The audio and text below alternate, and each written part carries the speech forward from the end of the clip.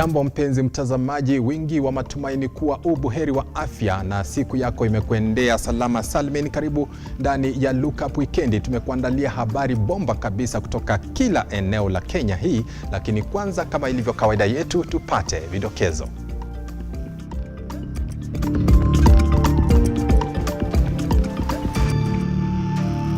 Leo hii kwenye Lookup Wikendi. Several people, both protesters and bystanders, were targeted for violence by the police in their homes. Polisi washtumiwa kwa matumizi ya nguvu kupita kiasi yaliyopelekea mauaji ya watu zaidi ya 24 na wengine kujeruhiwa kwenye maandamano ya muungano wa Azimio. Pigo maradufu, ada za nyumba kuanza kukatwa kwenye mishahara ya wafanyikazi kuanzia mwezi Julai, mwezi huu wa Agosti. To be released on a security bond of 100,000 of Kenya shillings 30,000 cash bail. Case 2 be released on a personal bond with one surety. Na mama afikishwa mahakamani kwa kumkeketa bintiye kaunti ya Narok.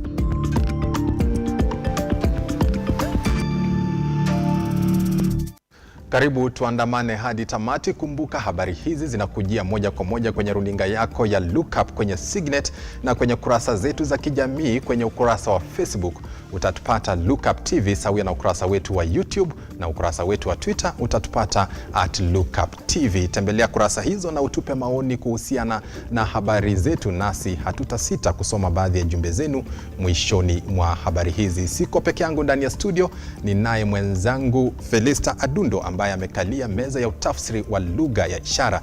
Mimi kila wakati utanita Henry Tende. Tunaanza rasmi ambapo mtu ana haki ya kuishi mpaka afe. Hii ni baada ya wanaharakati hii leo kuripoti kuwa takriban watu 24 hadi sasa wameaga dunia, 10 miongoni mwao wakiaga katikati ya tarehe 19 na 21 Julai katika kaunti ya Kisii na Kisumu kufuatia maandamano dhidi ya serikali kulalamikia kuongezeka kwa gharama ya maisha yaliongozwa na upinzani. Wanaharakati hao wanataka waathiriwa hao kulipwa fidia, la sivyo waelekee mahakamani kushtaki serikali na upinzani. Stanley Lugalia anatufungulia habari zetu na taarifa hii. Hujafa hujaumbika, kila atembeaye ni maiti pale safari inapofika kikomo, kwani kila nafsi itaonja mauti, bali si kwa maksudi ya binadamu ila alivyoridhia Maulana. Wanaharakati wakiongozwa na muungano wa mawakili nchini na ule wa madaktari sasa wanaitaka serikali na upande wa upinzani kuweka tofauti zao kando. Wakiongozwa na rais wa muungano wa wanasheria nchini Eric Theure, chama cha matabibu wa Kenya na Amnesty International Kenya wametoa taarifa kuwa wengi wa marehemu walikuwa na majeraha ya risasi na majeruhi za alama butu, na kwamba walinakili kesi zaidi ya 107 za kushambuliwa na polisi, huku 47 kati ya hizo zikiwa majeraha makubwa ya risasi. Collectively, across the 3 cycles of protest, we have documented at least 24 cases of death, and 41 people experienced serious injuries following fights with,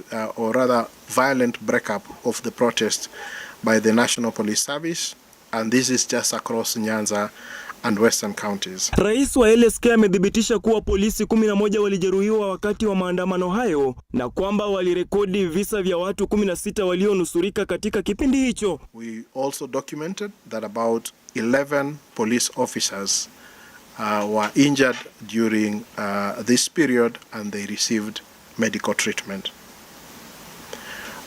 We, I think, must note that this report just covers Kisumu and Nyanza, that is the Nyanza and Western regions. The regrettable incident where 2 brothers said to have been removed from their Nyalenda home and they were beaten up by police. The 2 brothers have subsequently died since this mission, but at the time when we undertook this mission, one of the brothers was still in ICU at the hospital, and it is unfortunate that he lost his life. Na kutishia kuwa iwapo pande mbili husika, Kenya Kwanza na Azimio One Kenya hazitawafaidi waathirika, basi hawana budi ila kufika mahakamani. Now, with regards to the way forward, now we'll be looking at it on a two-pronged manner. We will seek for accountability from the police with regard, particularly command responsibility by the IG. He is responsible for the National Police Service, and so it is his responsibility to ensure that the police act within the ambit of the law, and no one is above the law.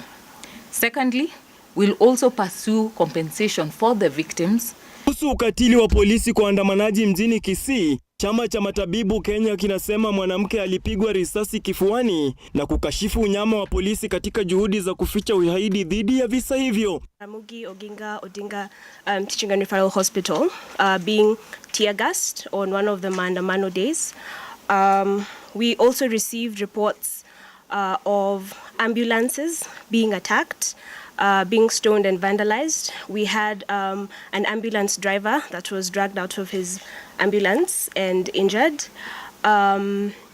We've also had reports of facilities that had to be closed because the healthcare workers were not able to have safe passage to provide services in those facilities. So these are all matters of grave concern, and I believe that we'll have more detail in the final report. From several people, patients, and eyewitnesses who told us that some of the tear gas canisters that were used seemed to ignite fires, and that several people, both protesters and bystanders, were targeted for violence by the police in their homes. Some were assaulted and some were killed. We note that this is contrary to our laws and also international laws, specifically the UN Basic Principle on the Use of Force and Firearms. Amnesty International inasema itahakikisha kuwa uwajibikaji wa polisi umeafikiwa ili kuhakikisha kuwa utawala wa sheria miongoni mwa polisi wanaotoa huduma za ulinzi kwa waandamanaji, na kukashifu pakubwa visa vya polisi kuwatia mbaroni watoto na waandamanaji na kuwaweka korokoroni siku 3 bila kufikishwa mahakamani na baadaye kuachiliwa huru. To talk about this because accountability cannot be negotiated in a democracy. The National Police Service Act is clear on how police need to conduct themselves. There are rules as to arrest and detention. There are rules as to when and where and how to use force. So we cannot be insinuating that it's a choice. We are demanding that they take this matter up because those statistics are not just statistics. There are lives lost and every Kenyan life matters. Stanley Lugaria, Lookuptv, Nairobi. Tukiachana na ukatili wa polisi, tugeukie habari ambayo bila shaka inagonga vichwa vya Wakenya kila eneo nchini, ambapo chama cha wanasheria nchini LSK kimewasilisha kesi kupinga utekelezwaji wa sheria ya fedha ya mwaka 2023 inayoshurutisha waajiri kukata wafanyikazi 1.5% ya mishahara. Waajiri pia wanatakiwa watoe kiwango sawa na hicho cha kila mfanyikazi. LSK inasema sheria hii inakandamiza haki za wafanyikazi na waajiri, na anavyoripoti Brian Amwai kuelekea mahakamani kwa LSK kunafanyika wakati ambapo KRA imeamuru waajiri kukata waajiriwa pesa za ada ya nyumba sambamba na mswada huo tata wa fedha wa mwaka 2023. Chama cha wanasheria nchini LSK kimewasilisha kesi ya dharura mahakamani kupinga utekelezaji wa sheria ya fedha ya mwaka 2023, ikisema kuwa ni kinyume cha sheria na katiba ya Kenya. So what we have done is that we have gone to court to seek to stop the implementation of the order as has been directed by the Minister of Lands and appointing KRA as the collection agent. We have also sought in the same petition that our application, which we had filed earlier, seeking to stop the implementation of the housing fund, be heard before the court can determine the question of the validity of the housing fund. And so the application is already before court, so we will wait for court to give directions. But that is the reason why we have had to move to the court to seek. LSK inasema kuwa utekelezaji wa sheria hiyo mpya utakuwa mzigo zaidi kwa Wakenya ambao tayari wanataabika kutokana na gharama ya juu ya maisha. Kesi hii inawasilishwa wiki moja baada ya mahakama ya rufaa kuondoa agizo lililokuwa limewekwa na mahakama kuu kuzuia utekelezwaji wa sheria hiyo. Wafanyakazi wote wataanza kukatwa mishahara kuanzia mwishoni mwa mwezi Agosti mwaka huu kulipia matozo ya nyumba ya 1.5%. Hili linafanyika wakati ambapo serikali imeanza kuang'ata raia baada ya kutangaza kuwa wafanyakazi wanaopokea mishahara kila mwezi watalipa makato ya nyumba kuanzia mwezi wa Julai baada ya mahakama kuruhusu utekelezwaji wa sheria ya fedha ya mwaka 2023. Seen the notice that has come from the Ministry of Lands indicating that the fees would be backdated to the 1st of July.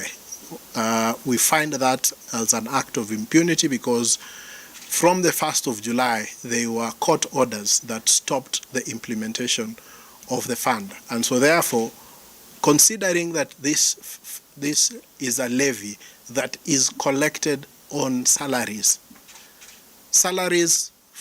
from the period of 1st of July have already been paid. So therefore, how do you collect and backdate it? It is creating an unreasonable strain on employers who have already paid salaries, because that means that they must get that money from their own pocket. The employees who have already been paid have used that salary. Wafanya biashara wadogo pia wamepata pigo, kwani mamlaka ya ukusanyaji ushuru KRA itaanza kukusanya ushuru wa 3% ya pato kuanzia mwezi wa Julai. Uamuzi wa serikali kupitia idara ya makazi wa kukusanya makato ya nyumba kuanzia mwezi wa Julai unamaanisha wafanyakazi watakata ushuru maradufu mwezi huu.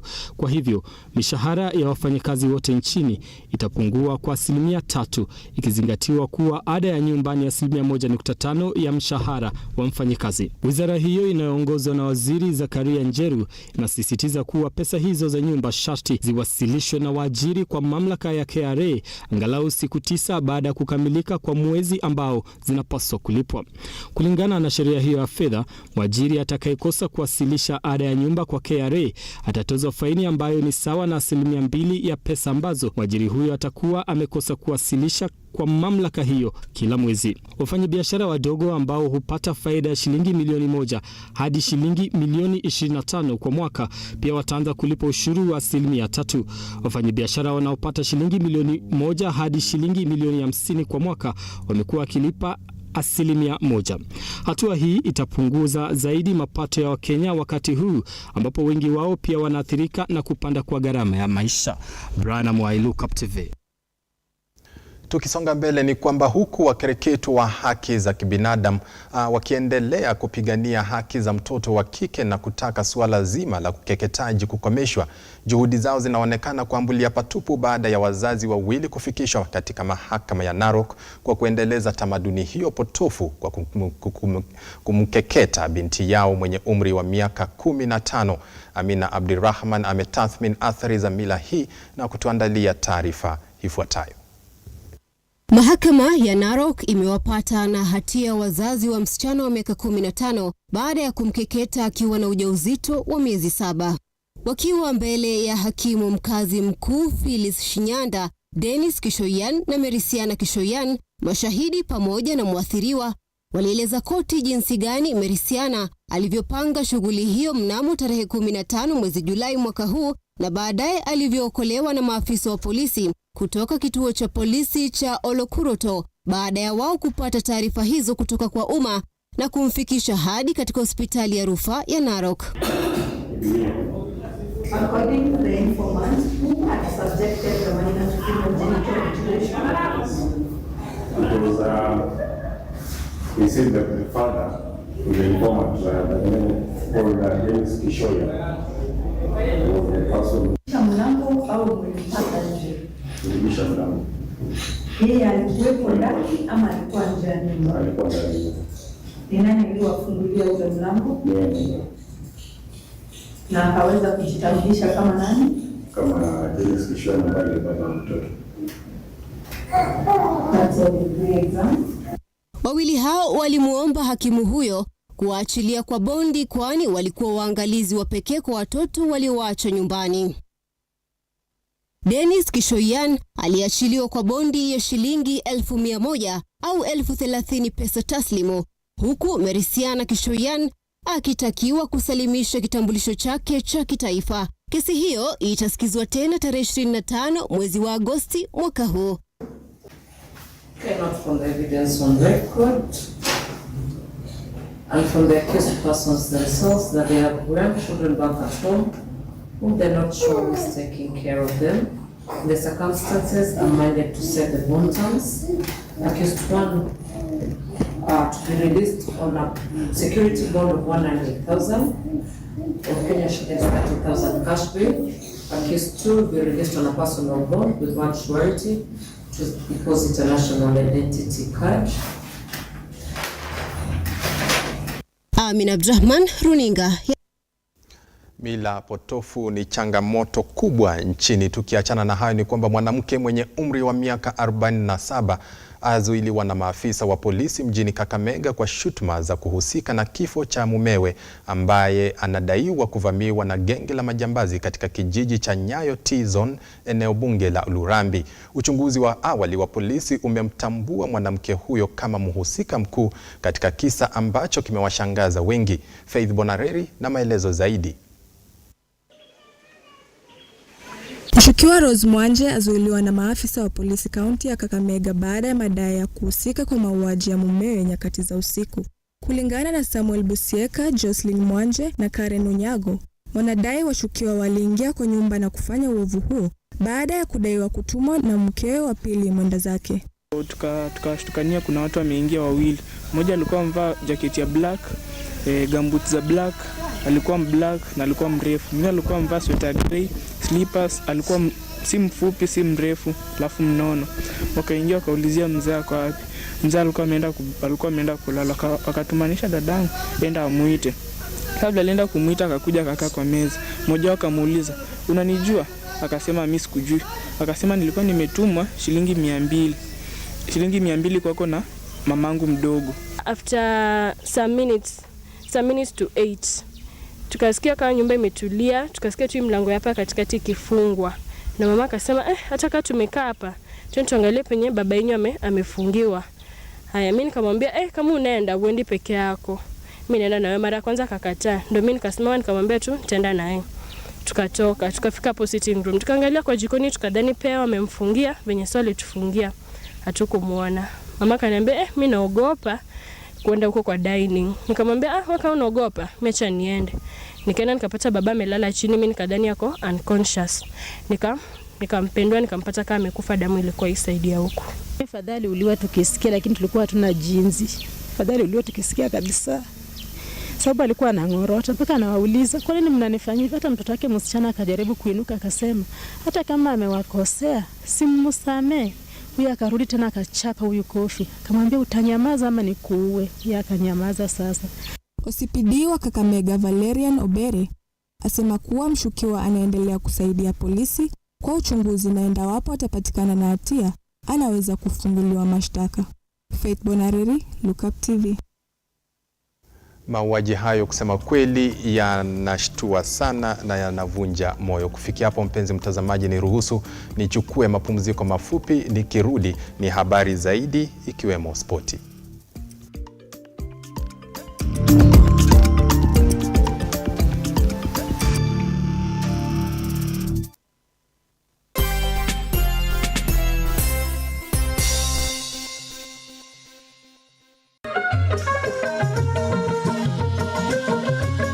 Karibu mtazamaji kwenye kipindi cha jamii na itikadi.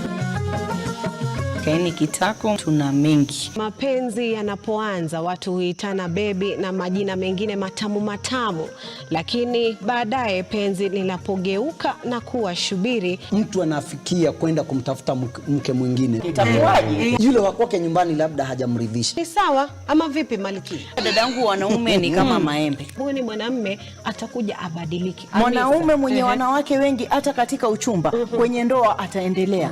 Mtu na tabia yake hawachi. Ile umbo la kike likishaanza, kila kitu kishaanza kuwa mahali pake. Ningependa kukuona. Sijaenda mahali ambapo mimi nilisikia mtu ati huyu alikuwa shujaa, alikufa katika mstari wa mbele wa ndoa. Sijawahi sikia mimi.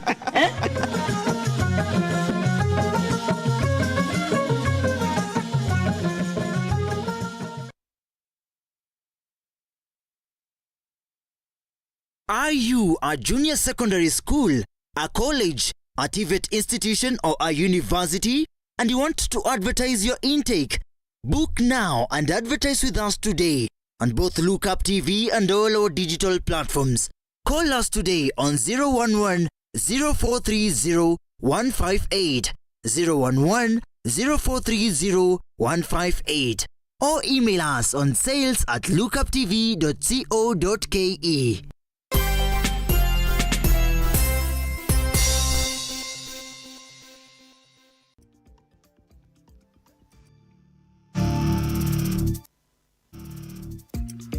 Karibu tena mpenzi mtazamaji, tuendelee kukupasha. Wizara ya Fedha imeelezea wasiwasi baada ya wizara kadhaa kushindwa kukamilisha malipo ya bili za miradi mbalimbali za serikali.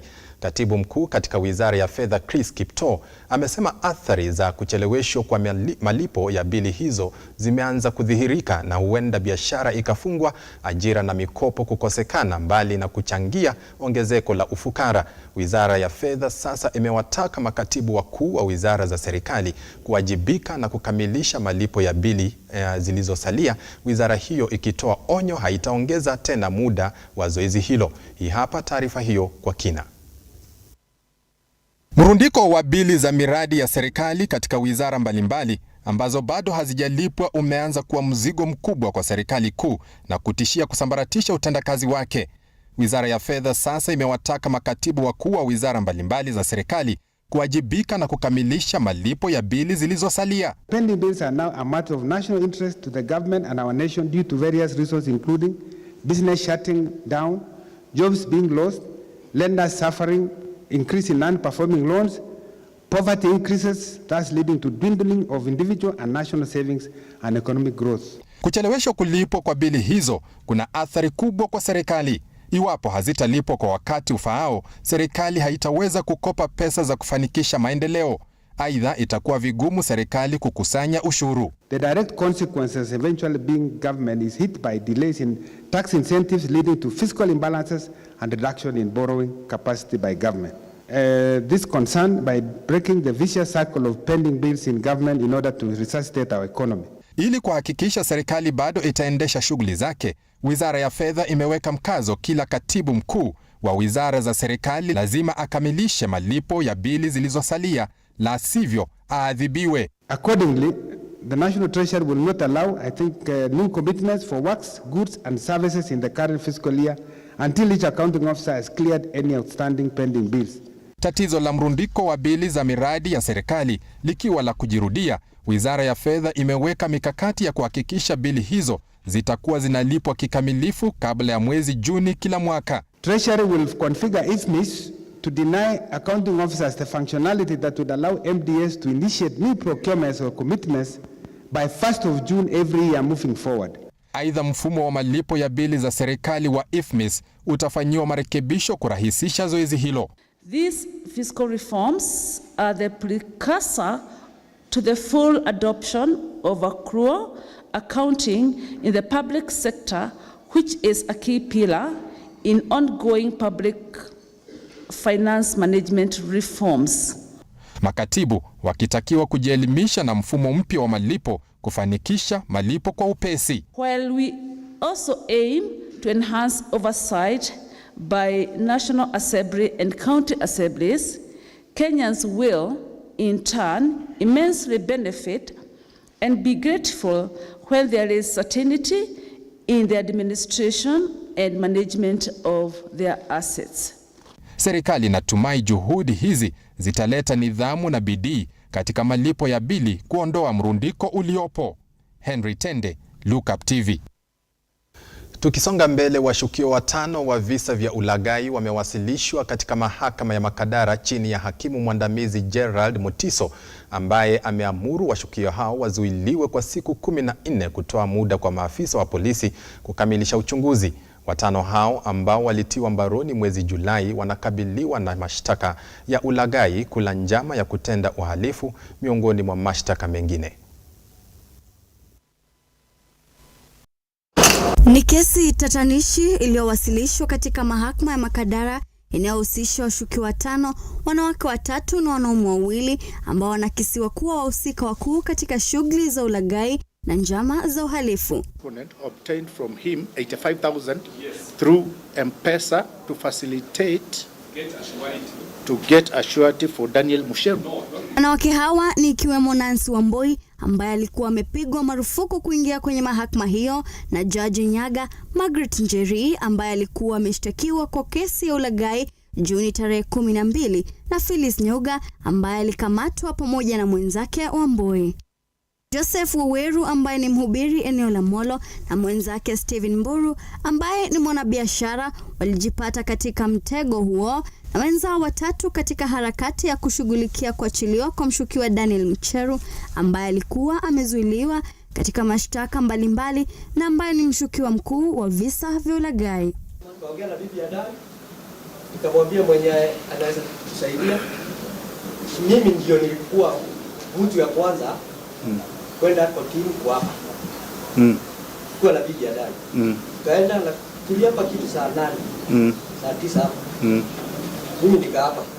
Wawili hao wakijitetea walisema kuwa walikuwa wameacha hati miliki ili kuachiliwa kwa Daniel, ambaye walipofika mahakamani walipata tayari ameachiliwa kupitia makaratasi bandia, na kisa ambacho kilifuatiwa kutiwa mbaroni kwa wawili hao.